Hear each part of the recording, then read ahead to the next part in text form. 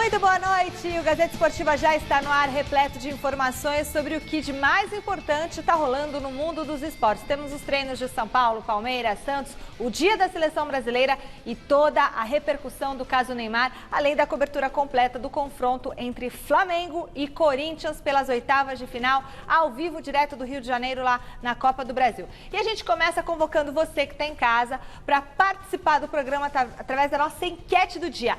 Quem avança para as quartas de final da Copa do Brasil? Flamengo ou Corinthians?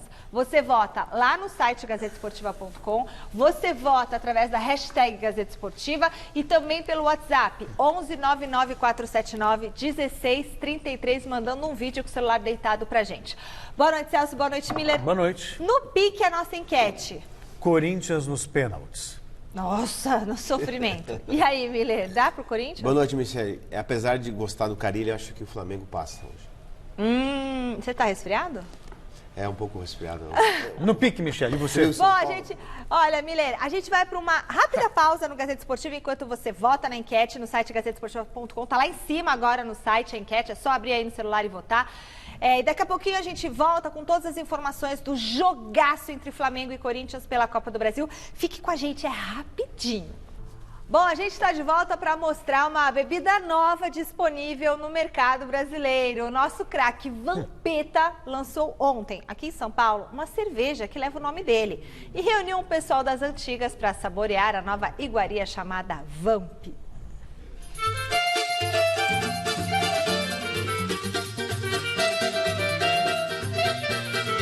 Craques de várias gerações reunidos no campo do União dos Operários na Vila Maria. A pelada foi o começo da festa de lançamento da Vamp, a cerveja do Vampeta. Tudo amigo, né? O que a gente leva da bola, essa amizade toda aí, ó.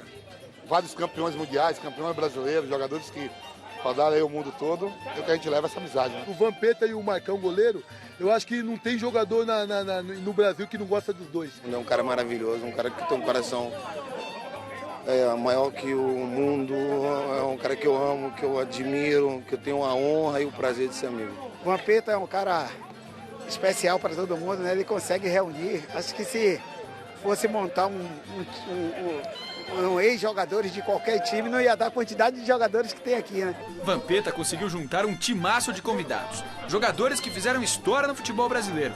Se colocasse essa galera numa máquina do tempo, não ia ter pra ninguém no Brasileirão atual. Todo mundo da idade não ia ter graça, não. Meu Filipão, você ia perder a liderança, hein? Acho que ganha no primeiro turno só de... Só precisa do primeiro turno já pra ganhar, tranquilo. Mas nem todos que prestigiaram o evento entraram em campo. Segunda-feira não dá, cara. Segunda-feira é dia do boleiro. Não dá, pô. Ontem eu quebrei tudo.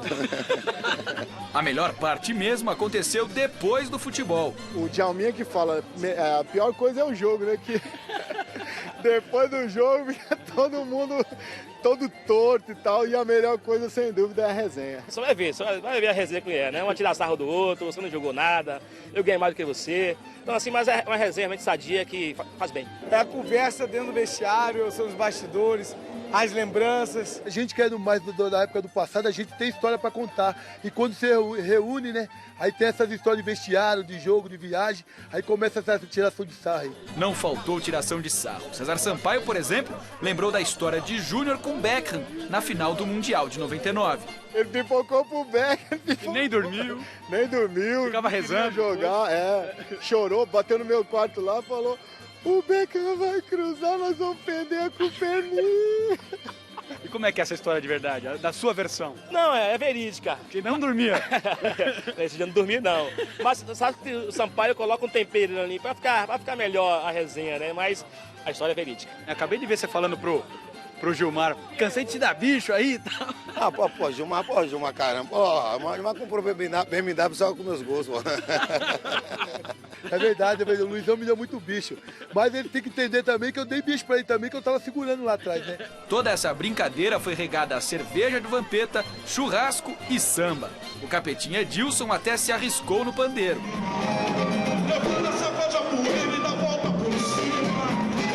E pela empolgação durante a festa, não precisa nem dizer que a cerveja do Vampeta foi mais que aprovada pela boleirada. O Marcos tem um dele do Palmeiras, o Aloysio tem um dele do São Paulo. Agora chegou o corintiano para arrebentar com eles tudo.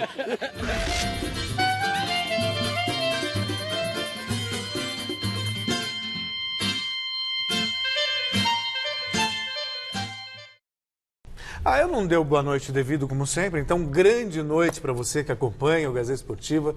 Olha, saudosa essa galera, viu, Miller?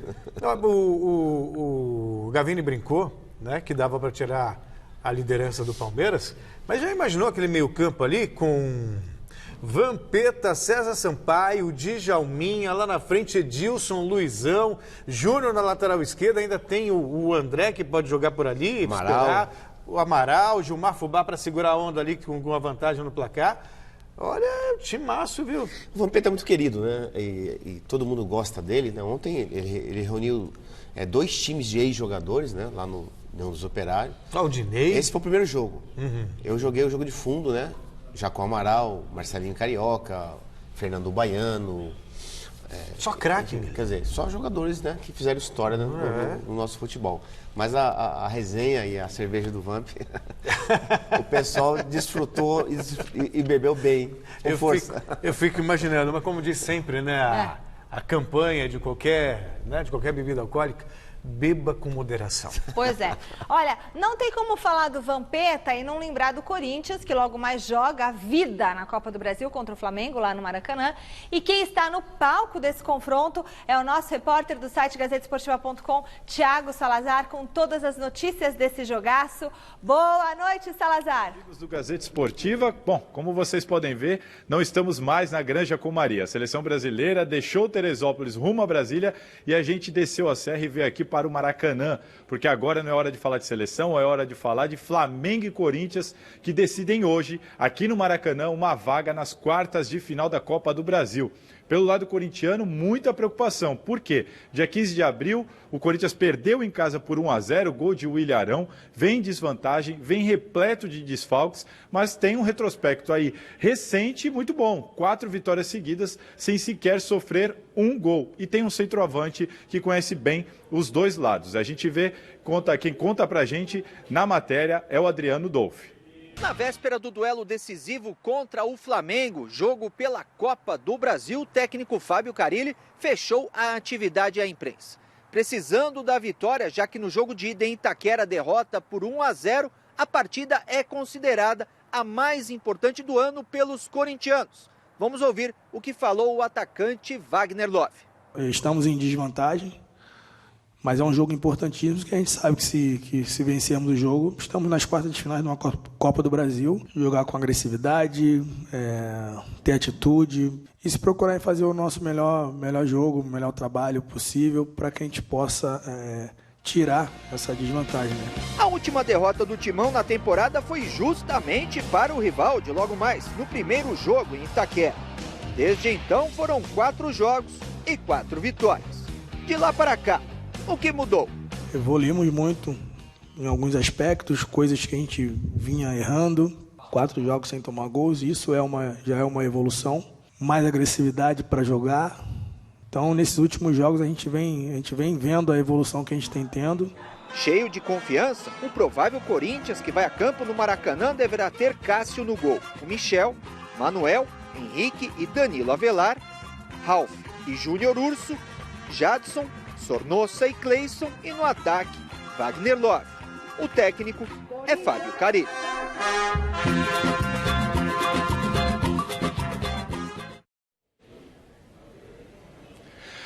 Pelo lado do Flamengo, também tem problema. Apesar da vantagem, o Flamengo perdeu 3 jogadores titulares para essa partida contra o Corinthians. Além disso, teve problema com o seu comando, né? O Abel Braga pediu demissão, o Marcelo Salles está no comando do time interinamente, enquanto o Jorge Jesus, o português que ainda não assinou, mas já está com passagem comprada aqui para o Rio de Janeiro para ficar tudo certo e assumir o comando do Flamengo.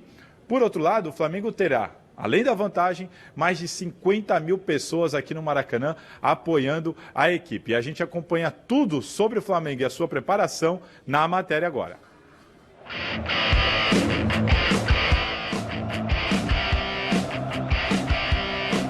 Agora o jogo da volta é no Maracanã e a magnética torcida rubro-negra quer fazer a diferença.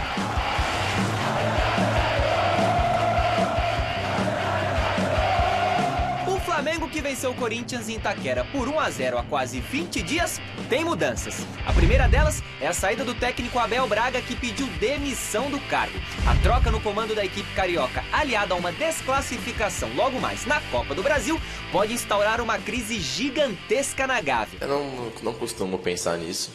Sou muito positivo, muito confiante. A gente tem um grande elenco, a gente tem uma nação que vai estar lá apoiando a gente. Então, esse pensamento não passou na minha cabeça. A Copa América é um fator que causa desfalques no Flamengo de logo mais. Arrascaeta, Cuellar e Trauco estão representando, respectivamente, as seleções de Uruguai, Colômbia e Peru. Vamos sentir muita falta dos jogadores, obviamente, mas também temos um elenco muito bom, jogadores que podem substituir a altura e vão fazer isso. A gente sabe que vai ser um jogo muito complicado, muito difícil, mas estamos preparados para fazer um grande jogo e, se Deus quiser, passar de fase. O provável Flamengo deve ter Diego Alves no gol, Pará, Léo Duarte, Rodrigo Caio e René fechando a defesa. William Arão, Pires da Mota e Diego no meio de campo, com Everton Ribeiro, Bruno Henrique e Gabriel no ataque. O técnico é Marcelo Salles.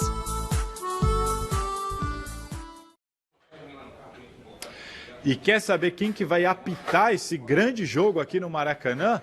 Leandro Voaden, o árbitro gaúcho, também será auxiliado por seus auxiliares também gaúchos. E para lembrar, hoje tem VAR e hoje não tem gol qualificado. Qualquer vitória do Corinthians por 1 gol de diferença leva tudo aos pênaltis. Tá certo, Michele?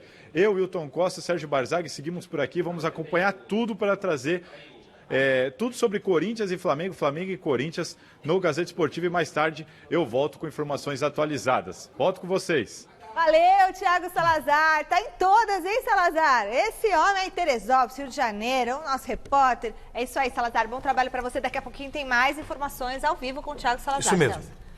Bom, Corinthians e Flamengo, obviamente, o Flamengo é o favorito. É Flamengo e Corinthians, porque é lá. Exatamente. Flamengo e Corinthians, obviamente, o Flamengo é favorito.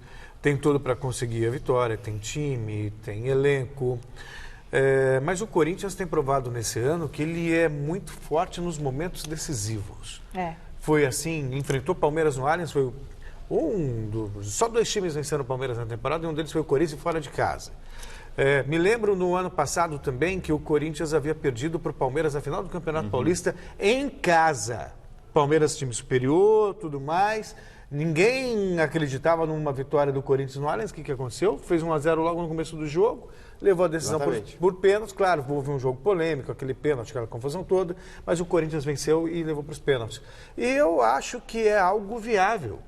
Eu acho que é muito viável, sim. O Corinthians tem qualidade na bola parada, né? De repente pode conseguir um gol no começo do jogo, se amarrar lá atrás e complicar a vida do Flamengo. Eu acho bem viável a classificação do Corinthians, assim, apesar de todas as dificuldades e do favoritismo do Flamengo. Celso, sabe o que acontece? O Corinthians, claro, é evidente que tem que sair para o jogo, né? E geralmente o Corinthians não é um time que gosta de sair para o jogo, gosta de esperar para explorar, jogar no erro do adversário, resumindo. E o Carille vai ter que colocar a sua equipe para frente, né? Para poder vencer, precisa pelo menos de um gol para levar para os pênaltis. O Carille, como eu disse, é um bom treinador, ele tem muita sorte nesses clássicos, como você bem disse. Sim. Mas o Flamengo, o Michele, é muito mais time que o Corinthians, né? O Flamengo tem um ataque muito bom, de muita qualidade. Do meio campo, a defesa do Flamengo, para mim, é fraca. É de nível, está no nível dos outros times. Mas do meio campo para frente, o Flamengo tem um timaço. E se colocar em prática mesmo, Everton Ribeiro, Diego, Bruno Henrique, Gabigol, aí complica. O que complica um pouco a vida do Corinthians é a ausência do Fagner. Porque o Fagner, ele não é só um jogador hoje... O Cássio também não joga, né? Ai, por quê? Tá lá na seleção. Tá lá, exatamente. O Fagner não joga porque se machucou, tudo. E além da importância dele defensivamente, ele tem sido uma das principais... peças de liderança também. Não só de liderança, mas opções de ataque. A saída dele para o ataque. A saída de bola começa com o Fagner. Exatamente. E ele tem feito todas as jogadas pelo lado direito que tem resultado em gol do Corinthians. Exatamente. Ele é o principal articulador da equipe do Corinthians, né? Quando você marca pelo lado, exatamente. Você marca o Fagner, marca meio time do Corinthians, né? Com a ausência do Fagner, vai improvisar ali o Carille, vai ficar mais complicado. E no Mesa Redonda vocês fizeram o que é melhor, deu o quê? Deu Corinthians. Então, Vai dar Corinthians hoje à noite. Para a tristeza do Celso Cardoso. Não, eu acabei de falar que vai dar Corinthians. Eu disse lá no comecinho. Mas no seu âmago você não quer isso. Terça-feira, você já sabe, é dia de mesa quadrada. O Guilherme Camargo e o Vinícius Rodrigues trazem no quadro de hoje uma confusão entre Luan e Casares, do Atlético Mineiro, e jogadores desempenhando outras atividades fora do futebol. Dá uma olhadinha que tá bem legal.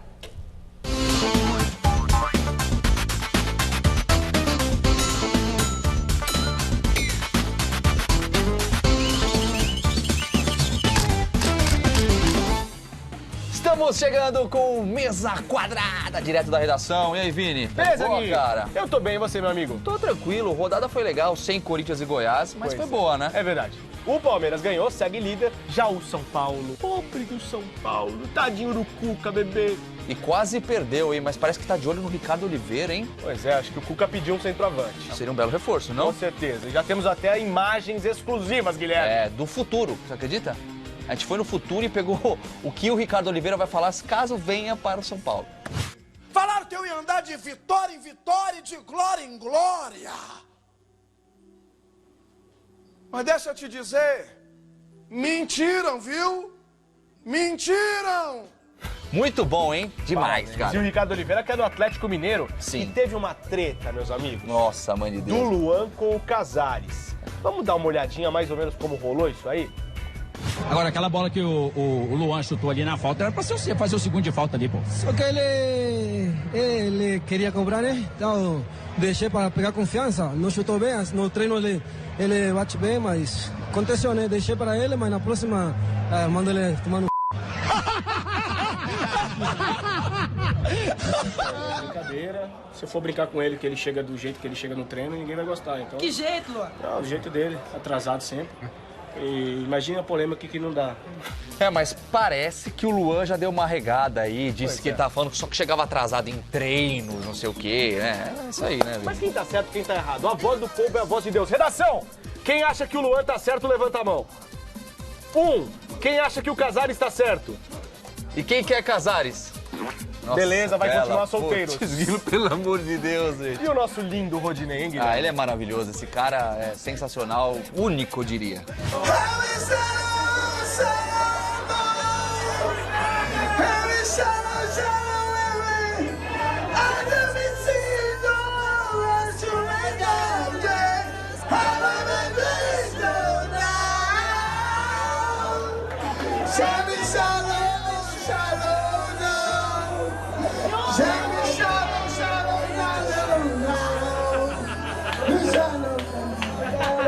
É isso aí, o Mesa Quadrada está chegando ao fim e para interagir conosco, já sabe, hashtag Mesa Quadrada no Twitter ou no Instagram, @Mesa Quadrada Oficial, segue a gente. Marcelo Ferrelli, tá seguindo Mesa Quadrada? Não tá. Celinho, tá seguindo? Garoto. Oh, esse é meu garoto. Osmar Menezes, Homem de Pedra, esse segue. Só falta você de casa, meu amigo. Valeu, gente, um abraço e até a próxima. Tchau, tchau.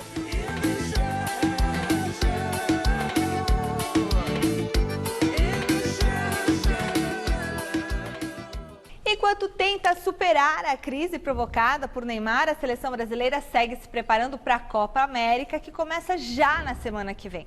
Além da polêmica envolvendo o camisa 10, Tite também vai ter que lidar com as ausências do goleiro Alisson e do atacante Roberto Firmino, que tiveram o voo cancelado e só se apresentam na quinta. Amanhã tem amistoso contra o Catar, em Brasília.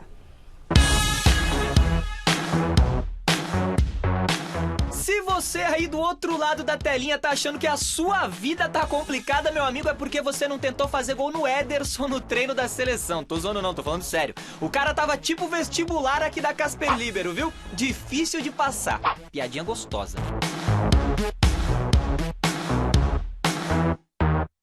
Aliás, o Ederson e o Gabriel Jesus foram os únicos confirmadíssimos pelo técnico Tite do time titular para o amistoso de amanhã em Brasília contra o Catar. A delegação do Brasil viaja daqui a pouquinho para nossa capital federal, às 19h15, já de olho na partida dessa quarta-feira. Nós termos 6 substituições, mas ao mesmo tempo tendo tido oportunidades nos 8 amistosos que a gente fez e agora encontrar esse equilíbrio de equipe para já iniciar a competição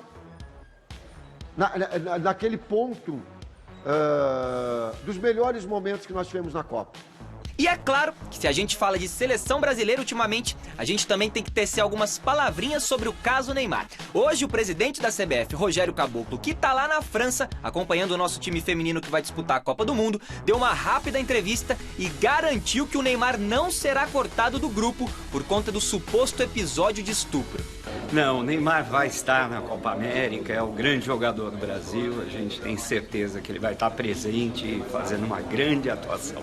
O ambiente da Granja Comari é um ambiente muito tranquilo, muito agradável, enfim, existe total privacidade e na medida que a gente consiga manter isso, eu acho que as notícias de fora acabam não contaminando o grupo, não prejudicando o ambiente, que é super bacana. Nossa, deixa eu só falar uma coisa. Tá feliz, A né? casa tá caindo. É isso aí. E ele tá falando de uma tranquilidade. Tá tudo bem. Cara, eu queria ser assim. Tudo em paz. Pois é. Cara, isso é uma lição, acho, sensacional. não sei, Pois é. Né, tudo bem, tá tudo bem Tá. aqui, a gente perdeu o voo, tá tranquilo, tá tudo bem, tá tudo ótimo. Não, uma coisa assim? Pois é. Bom, é o seguinte, vamos falar de coisa séria agora. Tudo indica que essa polêmica em cima do Neymar vai se arrastar por bastante tempo. De ontem para hoje, muita coisa nova apareceu, novas pessoas se envolveram na história e a gente preparou uma matéria para atualizar você de casa sobre essa acusação em cima do camisa 10 da seleção brasileira. O caso Neymar continua agitando os bastidores da seleção brasileira e as páginas policiais. Nesta terça-feira, em entrevista à Rádio Bandeirantes, o advogado José Edgar Bueno contou o porquê rescindiu o contrato com a mulher que acusa Neymar de estupro. A primeira coisa que eu perguntei para ela é o seguinte: pelo que eu estou vendo aqui, foi tudo consentido, né? Você teve encontro, foi lá e tudo mais, você teve relação, isso está claro pelos documentos lá que foram apresentados, né? Então, nesse momento, eu vi que não era um caso, né? E eu jamais conduziria, eu advogado, e muitos outros com quem eu já consultei também, jamais conduziria o caso pela linha de estupro. Era um caso que, pelas provas que eu vi e laudos depois que constatou, que era um caso de agressão. Em um determinado momento da relação, ele teria agredido ela. Ponto. Segundo as declarações do escritório Fernandes e Abreu Advogados, a mulher relatou que a relação mantida com Neymar Júnior foi consensual, mas que durante o ato ele havia se tornado uma pessoa violenta, agredindo-a. Após suposta agressão, o jogador deveria ter sido responsabilizado civil e criminalmente. No documento, o advogado afirma que tal acusação estava totalmente dissociada dos fatos descritos aos nossos sócios. A mulher que acusa Neymar constituiu um novo advogado e na última sexta-feira, dia 31, registrou um boletim de ocorrência no qual citou o fato ocorrido em Paris como estupro. No final de semana, Neymar conversou com Tite. O jogador teria chorado e dito que não aguentava mais confusões. O camisa 10 vem recebendo o respaldo de seus amigos e familiares. E na manhã desta terça-feira foi a vez da mãe de Neymar demonstrar o apoio diante da situação. Nadine Gonçalves utilizou sua conta no Instagram para publicar um texto e uma foto ao lado do filho. Na mensagem, Nadine mostra acreditar que o filho seja inocente e pede para que o jogador, além de se concentrar apenas no futebol, perdoe a mulher que lhe acusa de estupro. A irmã de Neymar também postou um vídeo nas redes sociais apoiando o jogador. Eu acho que eu nunca vou entender uma pessoa fazer isso, uma pessoa acusar a outra dessa forma. É um assunto muito sério, um assunto que muitas mulheres hoje em dia lutam por isso. E o porquê ela fez isso eu nunca vou saber. Mas eu espero de coração que você consiga dormir, que você tenha consciência de tudo que você fez, que você consiga dormir tranquilo. Bom, tem muita coisa ainda que precisa ser investigada. Surgiu hoje a informação, inclusive, que ela foi intimada a depor pela segunda vez, né, até para esclarecer algumas situações. O advogado que deixou o caso, ele alega que, na verdade, ele ia tratar de agressão, mas ontem foi divulgado também pela atual advogada da suposta vítima de estupro, de que ela havia mencionado em mensagem de texto que ela tinha sido agredida e estuprada. Sim. Então, havia já essa declaração dela para o advogado. Tecnicamente, ele teria entendido que não se tratava disso. Mas, enfim, tem muita coisa ainda para esclarecer. Ontem, o pai do Neymar também revelou que existia um segundo encontro, porque quando o Neymar fez a revelação nas redes sociais, de toda a conversa que ele teve, parou num ponto. Né? Parecia que tinha sido um encontro. Um encontro. E teve um segundo encontro no qual ela teria gravado. Esse vídeo já estaria na mão da polícia. Enfim, se houve estupro, se houve agressão, se foi consensual, se não foi consensual, não adianta a gente ficar especulando aqui. Né? Porque se trata de algo que aconteceu sob 4 paredes e tem que ser investigado. A única coisa Celso, a única coisa que eu tenho certeza é que o Neymar foi muito mal em ter se declarado nas redes sociais. Exato. Faz uma entrevista coletiva e diz, olha, eu sou solteiro, eu realmente marquei um encontro com a menina, lá em Paris, etc, ponto. Agora, usar a rede social... As provas que eu tenho vou encaminhar para a justiça. E outra, expôs aquelas mensagens, vídeos... Expôs a si próprio, né? Ele se expôs com aquela coisa de tô muito louco, tô bêbado e tudo mais. Expôs a menina. Exatamente. E expôs até a criança. Aliás, né? O pai da criança deu uma entrevista hoje, olha. Sim, eu vi deu uma entrevista dele. hoje falando, né? Que o menino está sendo vítima de bullying por causa disso, quer dizer, desnecessário. Extremamente desnecessário. Que ela chegou de viagem falando, ela estava bem fechada, bem retraída. E essa coisa do pai do Neymar falar assim, prefiro responder um crime de internet do que de estupro, não tem nada a ver uma coisa com outra. Não tem absolutamente nada a ver uma coisa com a outra. O Neymar poderia ter se preservado. Sabe, o Miller foi muito feliz, vem a público e fala, mantive relações sexuais com ela, foram consensuais e vou mandar as provas para a polícia. Ponto, acabou. Simples assim. Essa coisa de ficar aparecendo na internet, nas redes sociais, parece que teve orientação de advogado, mas me parece assim muito mal orientada. Mal orientada mesmo. Muito mal orientada. E Celso, eu me colocando no lugar do Neymar... Imagina que está todo mundo te julgando por uma coisa, e é em nível mundial, ou a nível mundial. Sim. O professor Wellington tem que falar. Ao nível mundial. Ao nível mundial. Então, todo mundo te julgando. Aí você vem e você fala, gente, eu fui lá, foi uma relação...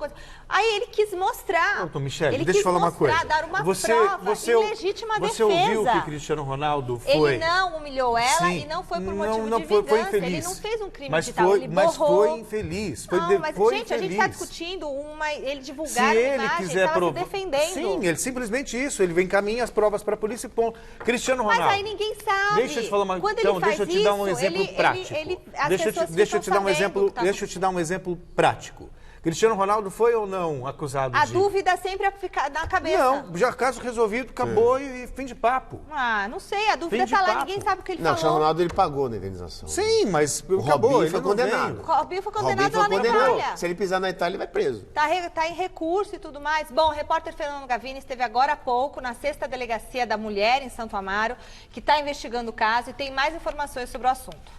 Pelo segundo dia seguido, um representante da defesa de Neymar esteve aqui na Delegacia de Defesa da Mulher, no bairro de Santo Amaro, zona sul de São Paulo, onde foi registrado o boletim de ocorrência que acusa Neymar de estupro. Foi aqui que a garota de 26 anos que fez a acusação prestou depoimento na última sexta-feira. E aqui também foi onde foi entregue o laudo médico com as supostas agressões que ela teria sofrido. Quem esteve por aqui foi o advogado André Felipe Tanabe, que por conta da investigação está sendo feita sob sigilo de justiça, não respondeu a nenhuma das perguntas feitas pelos jornalistas. A investigação está sob sigilo, você tem que falar com a autoridade policial, ela é responsável pela investigação e corretamente ela garantiu o sigilo de tudo, então não posso me manifestar, sinceramente. O Neymar tem que ser ouvido, vai ser ouvido? Gente, isso tudo faz parte da investigação. O que ele fala de tudo isso, doutor? Desculpa, gente. O senhor vai provar a inocência do Neymar? Certamente, né, gente? Mas eu realmente não posso comentar os detalhes da investigação. Por uma questão jurídica mesmo, a delegada determinou o sigilo. A gente não pode quebrar esse sigilo, entende? Nos próximos dias, Neymar deve vir para cá, para a delegacia, para prestar depoimento. Não se sabe ainda ao certo a data, mas tudo será feito sem atrapalhar os compromissos do jogador com a seleção brasileira que se prepara para a disputa da Copa América. O Neymar, inclusive, amanhã vai jogar, vai defender o Brasil no amistoso contra o Catar, que será disputado em Brasília. E não está descartado também um novo depoimento da suposta vítima. Bom, Miller, deixa eu só te perguntar, como é que fica a cabeça do Neymar nisso daí? A cabeça fica um trevo, né? Como diz na gíria do boleiro. É difícil o cara jogar assim. É claro que a resposta que ele vai dar dentro de campo no amistoso contra o Catar vai ser determinante, né? Para a sequência da sua permanência, na sua permanência ali de Copa América. Mas só no campo que a gente vai ver se ele realmente vai se deixar influenciar. Né? É difícil. Psicologicamente o cara se abala. E a função... Lembra que ele ficou 2 dias sem treinar? Sim, que você especula até que pode já ser por uma... Ali já era por conta disso aí mesmo. E fica também uma situação muito delicada para o Tite. Porque se ele corta o Neymar agora, é como se ele estivesse culpando o Neymar por uma situação. Sim. Quem tem que decidir se continua ou não na seleção brasileira, se tem cabeça ou não, é o próprio Neymar. Se ele falar assim, renuncio à Copa América porque não estou legal, preciso cuidar disso. Ponto. Justo. Ou, de repente, estou percebendo que um problema pessoal está trazendo problemas para a seleção brasileira. Também acho que se o Tite cortasse ele, não estava julgando. Estava dizendo, olha, vai resolver os seus problemas extra-campo que podem abalar você e a seleção dentro de campo. Também faz parte, né? É papel do chefe. Porque também, imagina que o tempo todo, ele estando em foco, sempre vai ficar aquele tema o tempo todo. E querendo ou não, Michele, mancha a imagem do jogador, claro. Né? Isso é complicado demais. Bom, o Neymar não é o único esportista envolvido nesse tipo de polêmica. A gente fez um levantamento de alguns casos parecidos com o do camisa 10 da seleção brasileira. O que o Neymar tá passando pode ser novidade para ele. Mas casos como esse são bastante recorrentes no futebol e em até outros esportes. Talvez o mais emblemático, o de Mike Tyson. Acusado de estupro no início dos anos 90, ele foi condenado a 6 anos de prisão, mas cumpriu somente 3. No futebol, o técnico Cuca, ainda como jogador do Grêmio em 87, foi acusado junto com outros jogadores de estupro coletivo a uma jovem durante uma excursão à Suíça.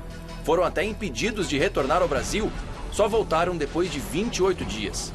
Em 2011, Marcelinho Paraíba foi acusado de estupro durante a festa do acesso do Sport à Série A daquele ano. Ele foi indiciado, pagou multa e foi liberado. 2 anos depois, foi a vez de Robinho sofrer uma acusação de estupro coletivo quando defendia o Milan. O jogador foi condenado a 9 anos de prisão, mas ainda está recorrendo à decisão em liberdade. Cristiano Ronaldo foi alvo desse tipo de denúncia 2 vezes. A primeira, em 2005, o caso foi arquivado por insuficiência de provas. Em 2018, nova acusação. Uma ex-modelo expôs para a mídia uma suposta relação não consentida ocorrida 9 anos antes. Na época, foi paga uma quantia em dinheiro pelo silêncio da mulher. O jogador ainda aguarda para prestar depoimento à justiça americana. Esses são apenas alguns dos casos que o noticiário esportivo se mistura com as páginas policiais. Histórias muito mal contadas, verdades e mentiras de um jogo que talvez nunca iremos saber o resultado final. Hora do nosso giro de notícias. Pode rodar a vinheta. Mais uma vez a gente destaca a repercussão internacional do escândalo envolvendo o principal jogador brasileiro da atualidade. Segundo o jornal espanhol AS, o Real Madrid descartou a contratação de Neymar por conta do seu estilo de vida, suas polêmicas e sua trajetória em Paris. Ainda de acordo com a publicação, Wagner Ribeiro, agente do atleta, teria participado de uma reunião com o presidente do clube merengue, Florentino Pérez, no começo de maio, para iniciar as negociações para uma possível transferência. Que fique bem claro que não se trata apenas da denúncia de estupro. É que o Neymar, ultimamente, tem sido muito mais notícia pelo que ele faz fora de campo do que dentro. Né? Então é soco em torcedor, é carnaval enquanto o time dele está jogando e ele está se recuperando de contusão. E o Zidane declarou que não queria isso. Xingar o juiz nas redes sociais. Sabe? Então é uma série de coisas que fique bem claro. Tá? Já o Mundo Deportivo de Barcelona destacou a acusação feita pelo ex-advogado da suposta vítima, José Edgar Bueno. Disse que o pai de Neymar teria armado um encontro entre as partes para depois afirmar que houve uma tentativa de extorsão. O pai do Neymar declarou isso, né, Michele? Ontem que houve uma tentativa de extorsão. Eles se encontraram no apartamento e o advogado pediu dinheiro. E o advogado, que na verdade estava tentando levar o caso para a área civil e não criminal, estava disposto a fazer um acordo para que a coisa ficasse por ali, né? Segundo ele, não foi uma extorsão, foi uma tentativa de acordo. Porque esse primeiro advogado aí, pelo que a gente leu, ele entendeu que não era caso de estupro e que a relação tinha sido consensual, exatamente. Que era um caso de agressão. Sim, exatamente. E ele tentou fazer um acordo para não expor esse caso. Se bem que nas conversas entre a menina e ele, quando no momento que ela fala, eu fui agredida e fui estuprada, ele responde, calma, vamos tentar primeiro resolver, não de maneira bombástica, conversando com eles. Isso fica claro das mensagens trocadas. Bom, além do Neymar, outros assuntos também agitam o futebol brasileiro, já que daqui a pouquinho tem jogaço entre Flamengo e Corinthians, valendo vaga nas quartas de final da Copa do Brasil. Por isso, vamos fazer mais um contato com o repórter Thiago Salazar, que está lá, ao vivo no Maracanã. Bom, Michele, e o Corinthians, sem Pedrinho, sem Matheus Vital, não pode contar com o Everaldo, que já defendeu o Fluminense pela Copa do Brasil, então fica aí a dúvida, quem jogará por ali? Jadson, Ramiro. Por quê? Porque o Corinthians precisa vencer aqui no Maracanã se quiser avançar de fase na Copa do Brasil. Isso significa que Ralf provavelmente terá muito trabalho para segurar o Flamengo. E o volante, que na opinião do nosso amigo Tomás Rosolino, é o melhor volante da história do Corinthians, parece preparado para tudo isso. Ralf de Souza Teles, volante, 34 anos, 415 jogos pelo Corinthians e 9 gols. O volante é um dos recordistas de títulos com a camisa do clube. Foram 8 ao todo. Nesta temporada, Pitbull da Fiel ganhou status de um dos jogadores mais importantes do elenco. Vamos aos números. O atleta atuou em 30 partidas na temporada, sendo presença constante nos últimos 22, ficando na reserva em apenas um deles. Números que impressionam até o comandante da equipe, o técnico Fábio Carille. Costumo citar ele para os mais jovens, o quanto que trabalha, o quanto que treina, o quanto que se dedica, é impressionante. É um líder quieto, um líder que não abre a boca e acaba sendo um líder pelas suas atitudes. Xodó da Fiel, Super Ralf, tem a missão complicada de parar o ataque do Flamengo nesta terça-feira, na decisão da vaga das oitavas de final da Copa do Brasil. O Timão precisa da vitória para levar o duelo pelo menos para a decisão por pênaltis. Versátil, bom marcador sem nunca ter sido expulso pelo clube e às vezes fazendo até gols, o camisa 15 continua sua saga em busca de títulos e recordes em mais um ano defendendo o alvinegro.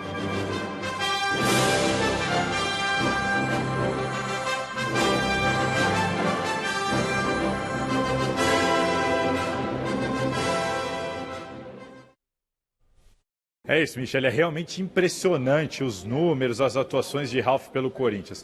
Bom, essas são as informações atualizadas dos dois clubes. Corinthians e Flamengo ainda não chegaram ao Maracanã, os portões ainda não foram abertos. Vocês veem atrás de mim, é uma movimentação da imprensa. Como eu disse, essa sala de imprensa aqui foi construída especialmente para a Copa América. Eu, Wilton Costa e Sérgio Barzagli ficaremos por aqui até a madrugada para trazer tudo amanhã no Gazeta Esportiva sobre a história desse jogaço aqui no Maracanã lotado. Tá certo, Michele? Um abraço, volto com vocês.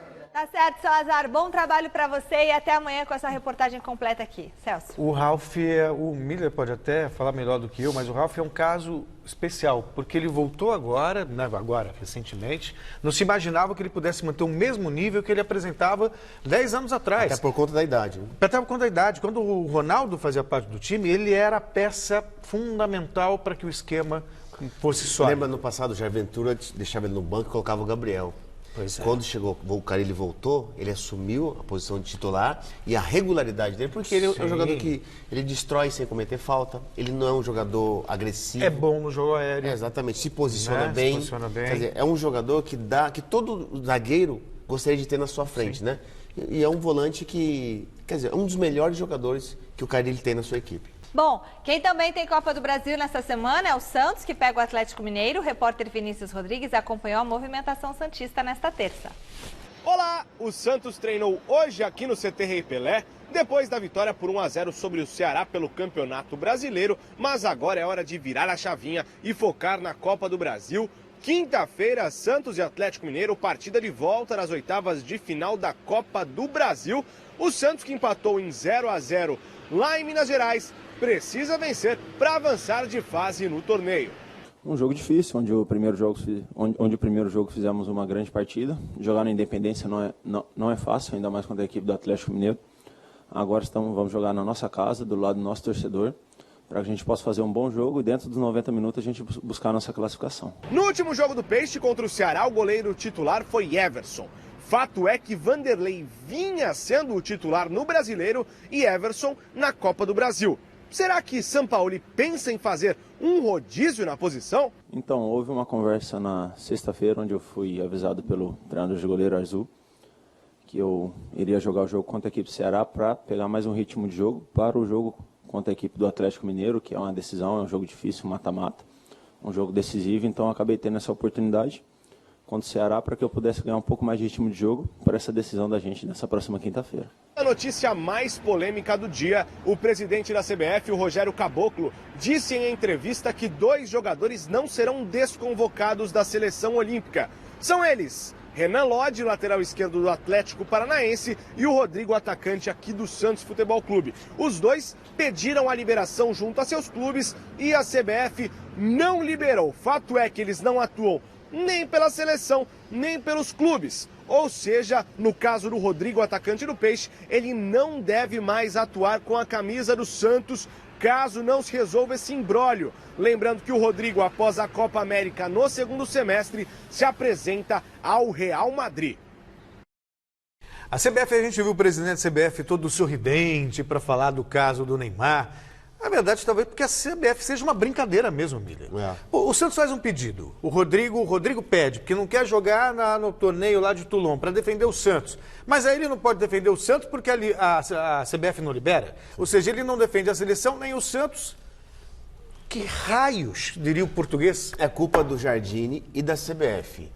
A gente tem que ver que toda regra tem a sua exceção. Claro. O Rodrigo já foi vendido para o Real Madrid. O jogador já está com a cabeça em Madrid. Libera o jogador para participar dessa partida decisiva do Santos na Copa do Brasil e depois libera ele para ir embora para a Espanha. Não na seleção de novos, é para valorizar o jogador e vender, Michele. Não é o caso do Rodrigo. Bom, e o Palmeiras, hein? O Palmeiras está difícil ver o Verdão perder pontos nesse Brasileirão. E para quem torce contra o time do Felipão, as 2 próximas partidas do clube serão em casa, onde o Palmeiras tem acumulado marcas impressionantes na temporada. Veja com o Fernando Gavini. O excelente aproveitamento do Palmeiras no Allianz Parque é a principal aposta da equipe para ganhar uma folga na liderança do Campeonato Brasileiro nas 2 rodadas que faltam até a parada para a Copa América.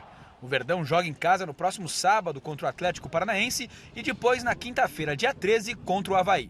Em 2019, o Palmeiras tem o melhor aproveitamento em seu estádio desde que ele foi inaugurado em 2014. Em 12 jogos, são 9 vitórias, 2 empates e apenas 1 derrota.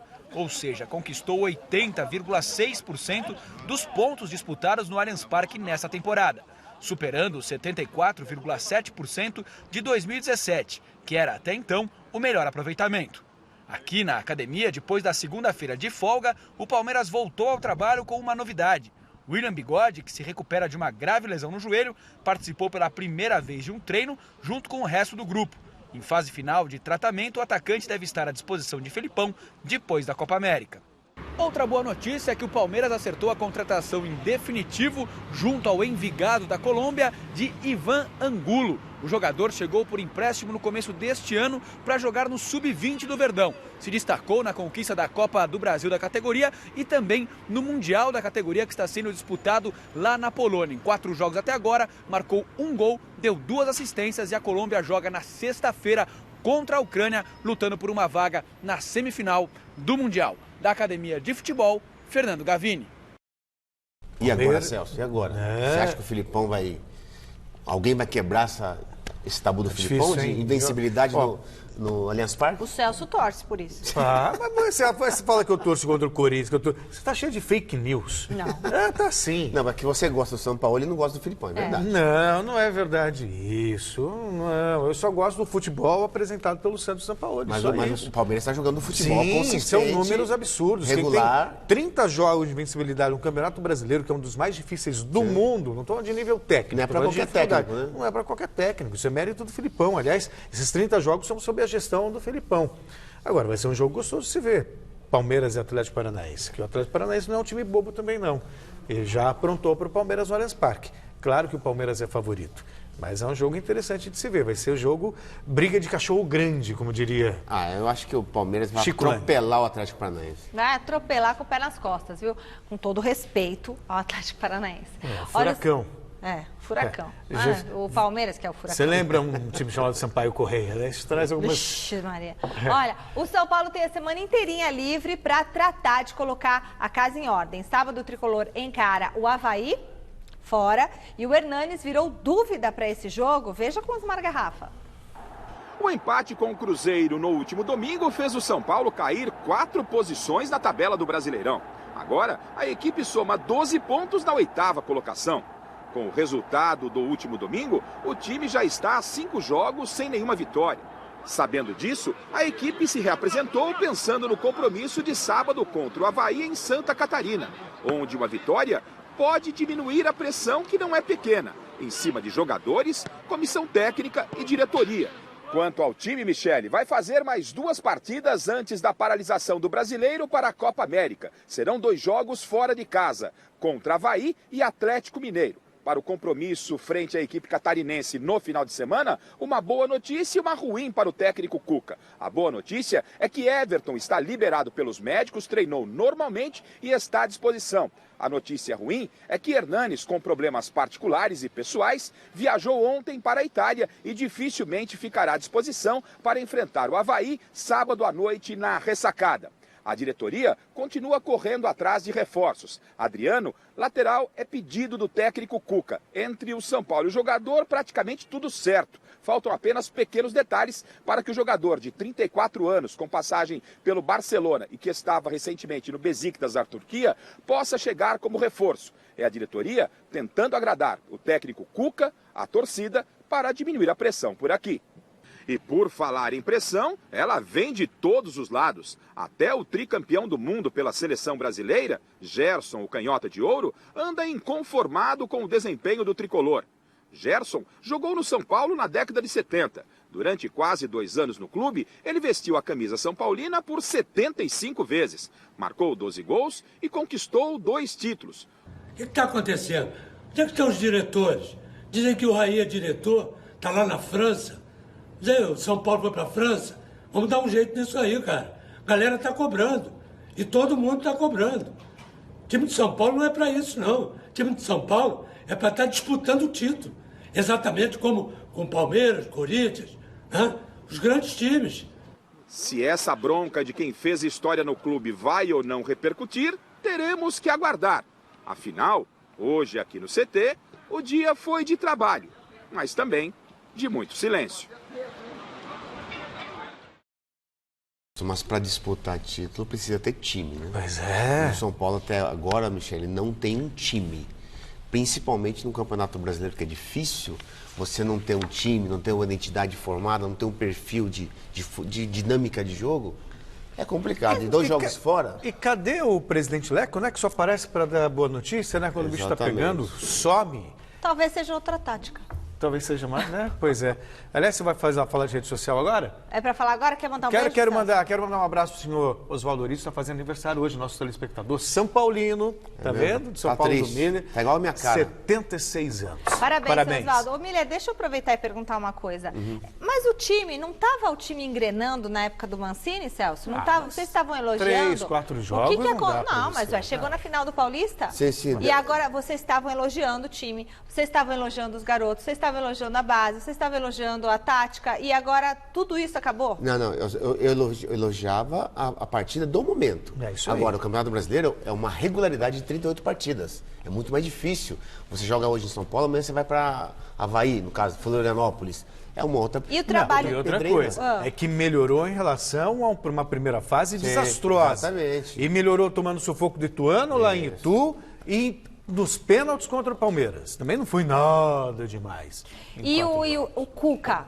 Qual é a parcela de responsabilidade que ele tem nisso que a gente está vendo aí no São Paulo? Grande parcela de responsabilidade e culpa. Ele que escala o time. Ele até agora não deu liga para a equipe, não conseguiu armar a equipe do São Paulo. A equipe do São Paulo é uma equipe que improvisa bastante, ele muda constantemente lá atrás, mas o time não consegue ter uma dinâmica de jogo que agrada a torcida. Também não tenho procuração para defender o Cuca, mas também a gente tem que considerar. Ele perdeu o Liziero, que é um jogador importante, machucado. Não pôde jogar a Lua e Liziero nunca. O Antony não pôde jogar também o último jogo do São Paulo. Quer dizer, são desfalques. O Pablo também não joga. Não, isso não é desculpa, não. O São Paulo tá mal. E o treinador também é responsável.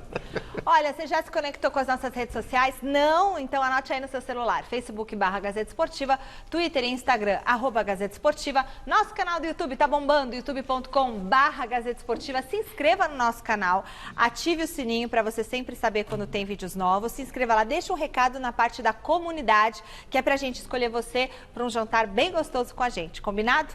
Vídeos de WhatsApp. Boa noite, Gazeta Esportiva. Aqui quem fala é o João do Parque Regina. Quem vai passar é o Flamengo. 2-0, 2 gols de Bruno Henrique. É nóis. Tamo aí, é nóis, Mengão. Michele, boa noite. Eu assisto vocês e o Gazeta Esportivas. Um abraço pro Miller, Corinthians 4-1 hoje. Meu nome é Ney Marcos Ribeiro, aqui do Mascarenhas de Moraes, Vila Ema. Um abraço pra vocês. Tchau. Boa noite, Gazeta Esportiva. Edson da Vila Alpina. Coringão na cabeça. 1-0, 4-3 nos pênaltis. Cássio vai defender 2. Um abraço. Muito bom, muito bom. E a turma mandando deitado aí, né? Isso mesmo, é o celular deitado, viu? Antes de encerrar, a gente vai para o resultado da nossa enquete. Quem avança para as quartas de final da Copa do Brasil? Deu o quê? Fala que é Corinthians. Corinthians! 82% dos votos para tristeza do Celso Cardoso, que abaixa a cabeça. Eu falei aqui que ia dar Corinthians. Eu falei, Você fala da boca pra fora, eu falo da boca pra dentro. Inventando fake news. É Corinthians. Isso é fake news. 2-0 para ganhar, né? Não, 1-0 e pênalti. Não, 2-0 passa, exatamente. 2-0 o Cássio não tá, não pode ir pro pênalti. Quem que é o goleiro do Corinthians? Olha lá. Walter. Vai, não mas tem deve ser o Cássio. Gente, Miller, acabou. Para de falar. A gente encerra o Gazeta Esportiva homenageando Michele Phillips. Morreu? Ex-vocalista da banda Mamas and the Papas. Essa banda é da época da minha mãe. 75 anos ela completa hoje, mas minha mãe é novinha, não tem 75 não.